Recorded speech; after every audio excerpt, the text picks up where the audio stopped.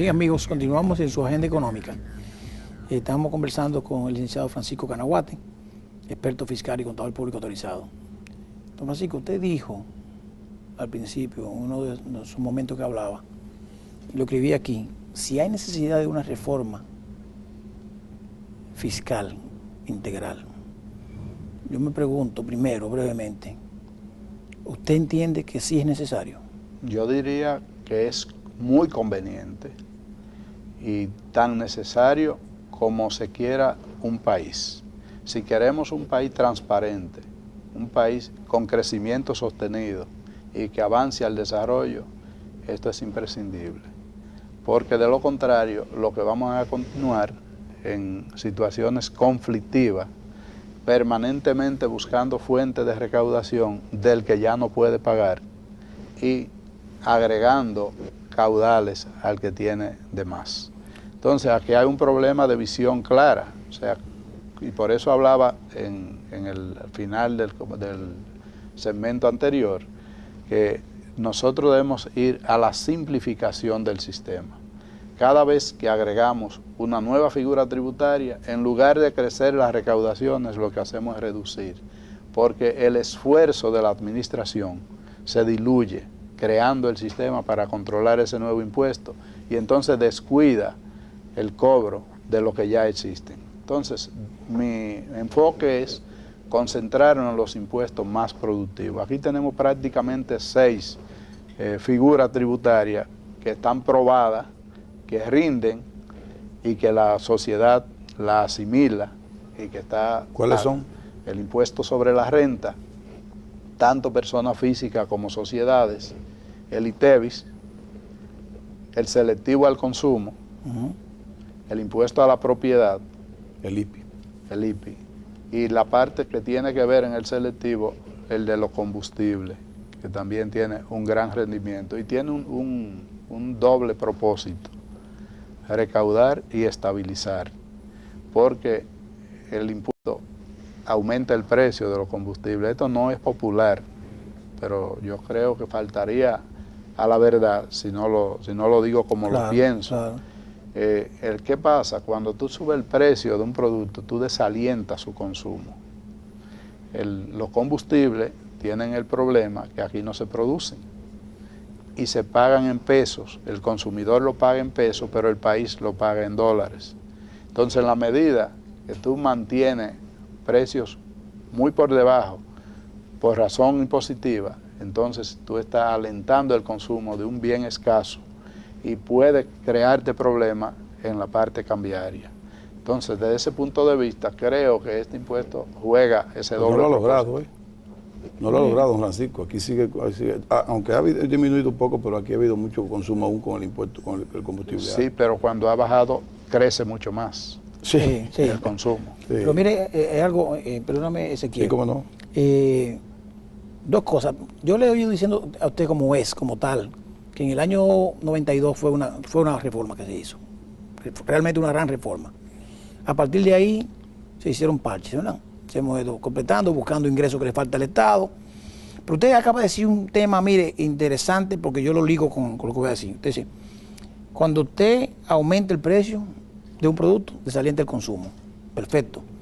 Entonces, cuando usted aumenta el impuesto, vamos a suponer del 25 al 29%, que teníamos el 25% del impuesto sobre la renta, y aumentó a 29% porque el Estado necesitaba cobrar una cantidad de millones de pesos para ese año y los años subsiguientes, que fue un impuesto inclusive temporal, si mal no recuerdo. Entonces, ese impacto que el gobierno quiere lograr, yo pienso, y yo estaba de acuerdo con el impuesto.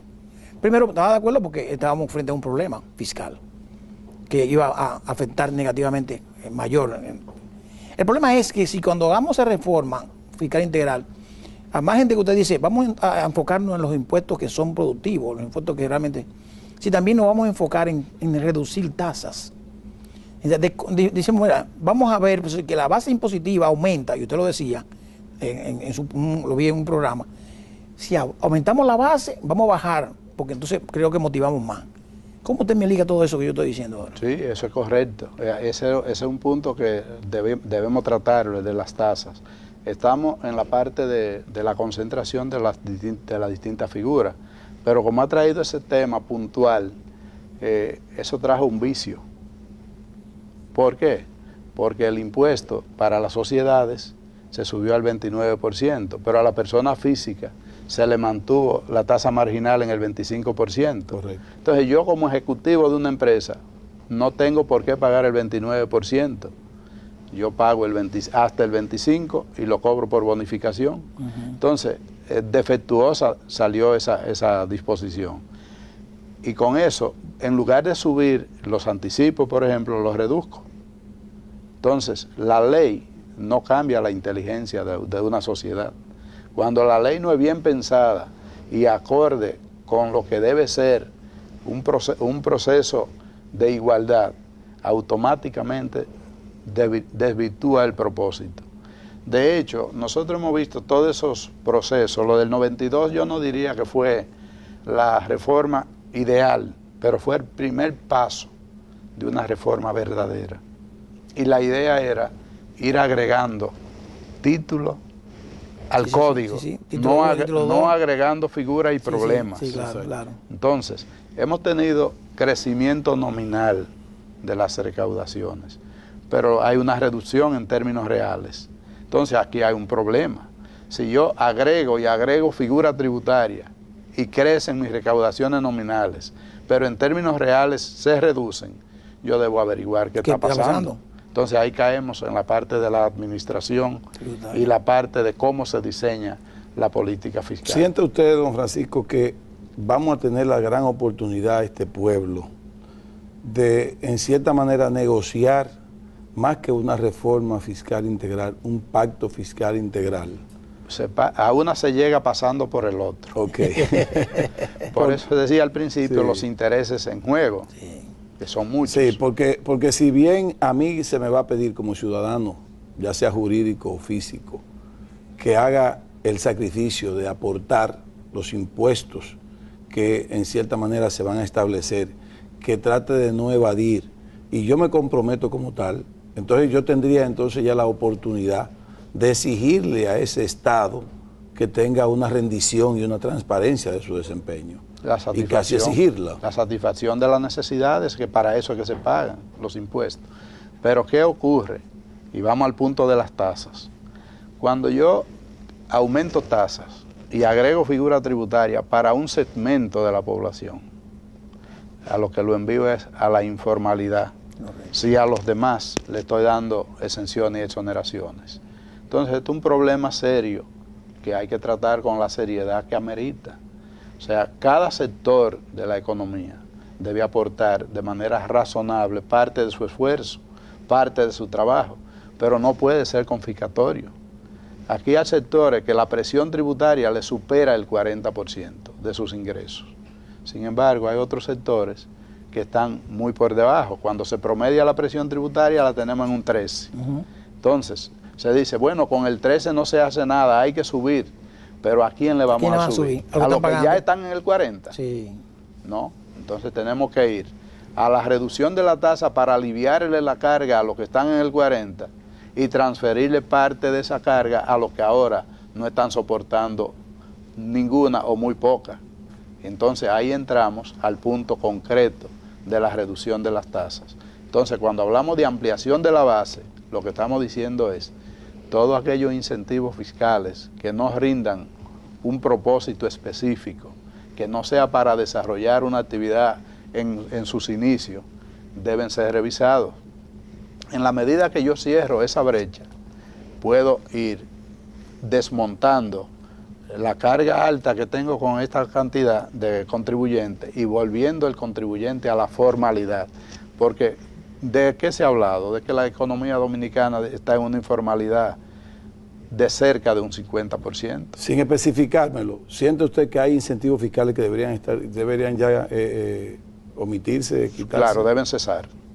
Deben cesar. De eso no tengo ninguna duda. Ya. Y no es uno, son varios. Sí, exacto. Porque es lo que no necesitamos mencionarlo exacto, ahora. Entrar en eso porque no estamos discutiendo un proyecto, y tampoco ese es el propósito. Exactamente. Pero realmente hay que ir suprimiendo. Alguien me decía en una ocasión, óyeme, si en el caso del ITEVIS se suprimen los alimentos, las exenciones a los alimentos, a los medicamentos, esto es una locura. Y en las condiciones actuales parece que sí. Pero en lo que estamos planteando es lo contrario. Sí, yo hacía un análisis de un producto en particular que nunca se ha grabado desde el año 83, cuando comenzó a aplicarse el ITEVI. El ITEVI, no el ITEVIS, porque en aquel momento no tenía servicio. Sí, entonces por eso se llamaba ITEVI. Desde entonces ese producto ha estado exento. Y es uno de los renglones de la economía que más sistemáticamente sube de precio. Entonces yo digo, bueno, el ITEVIS no es que está jugando un rol ahí. Hay otros factores. Entonces, si yo estoy bajando tasa, estoy también bajando el costo a los insumos. Y bajando costo a los insumos, estoy bajando costo de producción. Estoy dando un mayor poder adquisitivo a la población y estoy dinamizando la demanda de bienes y servicios. Y voy a tener un crecimiento en el proceso recaudatorio permanente, sistemático en el tiempo. En el 92 eso fue lo que hicimos. Ya. Bajamos las tasas y suprimimos los incentivos. Sí, pero y yo me siento responsable de esa supresión, porque a mí me costó bastante problemas. Usted trabajó bastante en esa ley. Sí, a mí me tocó redactar esa ley en el Congreso, que no comencé con ella, pero terminé en esa fase. Vamos a hacer una pausa y usted en el próximo segmento prontamente me dice cuáles fueron las tasas que se redujeron y yo le voy a hacer una preguntita interesante. ¿Cómo no? Nos vemos ahora, amigos.